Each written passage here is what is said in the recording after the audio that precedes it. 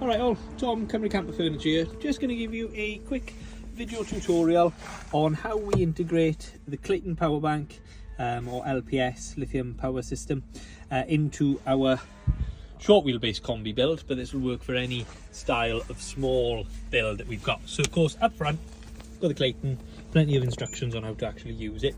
You've got your 12 volt and your 240 volts, so decide what you want to turn on, as well as your RCD by here. On the front then you've got one 240 volt outlet, which we've got going to our induction hob in the drawer by here. From the rear then you've got two 240 plugs. The top one being the power to the other appliances in your vehicle, the bottom one being the input of 240. So that can either be via the means of a UK 3-pin plug, a hookup on the side of your van or underneath your van, wherever you decide to put it, and that will then give power to the Clayton as well as charging the battery. It does what's called pass-through, so it'll take your 240 in, pass it then back out of the 240 to power your devices. So you're charging your battery as well as powering your devices, rather than charging your battery, the battery then being used to power the devices. So it's a bit of a win-win situation there with the power pass-through. And then at the rear then of the power bank, you've got your 12 volt electrical setup. Sorry, it's quite dark in here, but essentially what you've got is your output, so our 12 volt to our fuse board with quite low power, low draw on these ones, so using about 4mm cable coming off here, and then our input from our van, which is going to be charging the van. The only thing that you need to add when you add in your charging cables, obviously your neutral or your earth, as well as your positive 12 volt from your alternator, basically. You need to have a switched wire, which is this little red one, which you probably can't make out, just at the back by here, and that goes into D1, if my memory recalls. I'll just take a quick video in there for you. Sorry, C1, and that then tells the Clayton, look, the engine's running, you need to now draw on this 12 volt. Whereas if that isn't connected, so like now, for example, the engine isn't running, therefore the Clayton isn't charging or taking any battery from your starter battery, because it's the last thing you want to happen, is that the starter battery is then drained to charge this, and then you're buggered.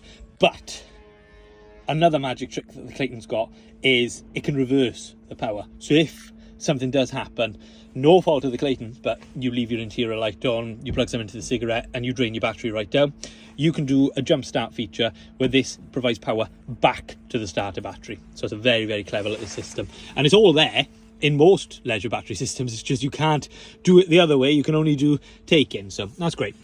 On the back then we've got a couple of control modules, because on this one we've got our halo with RGBW multicoloured LED lights, as well as our 6-pack LED lights on dimmer. So we've got two dimmer switches here, and then we've got our standard 6-blade fuse panel, which is then run into all of the smaller 12 volt appliances in the vehicle. So one of them being obviously the lights, and then we've got in our pull out drawer our compressor fridge, 12 volt, so it's run by the Clayton, and then we've got our Cadac. So with this setup you've got the best of all worlds, where you've got an induction hob for your 240 cooking, you've got a Cadac, and you've also got your fridge.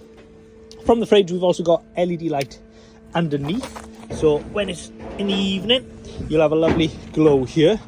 But I know what you're saying, you want to see what you're cooking, so we've then added in roof lights just by here as well, and that then pairs lovely with your interior lights, again on our traditional dimmer. You probably won't see much today because for once it's glorious, and then we'll turn on our halo with our multicoloured dimmer. So turn that one on there, oh, you can see a lovely glow on that one. So first of all we can skim through the dim or the brightness of it, and then if we press this button once, oh sorry, hold the camera up there, we've got our white, which is very unique for, or which is something that we wanted to add in when we're doing our multicoloured, is the white function, because with your main lights now off, it's nice to have white. As much as you want party mode, sometimes you don't need the party lights. So we add in the white, and then a double tap on here brings back to your colours, and then using the colour wheel, you can just simply select what colour, what vibe you want in your van, and I'd say once you're happy then you can leave it on there and it'll remember where you are,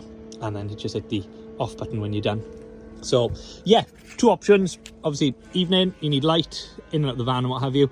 This is also dimmable, so you bring this right down, dim them down, set the mood. But for ambient then, you've got the lovely halo just around the van as well.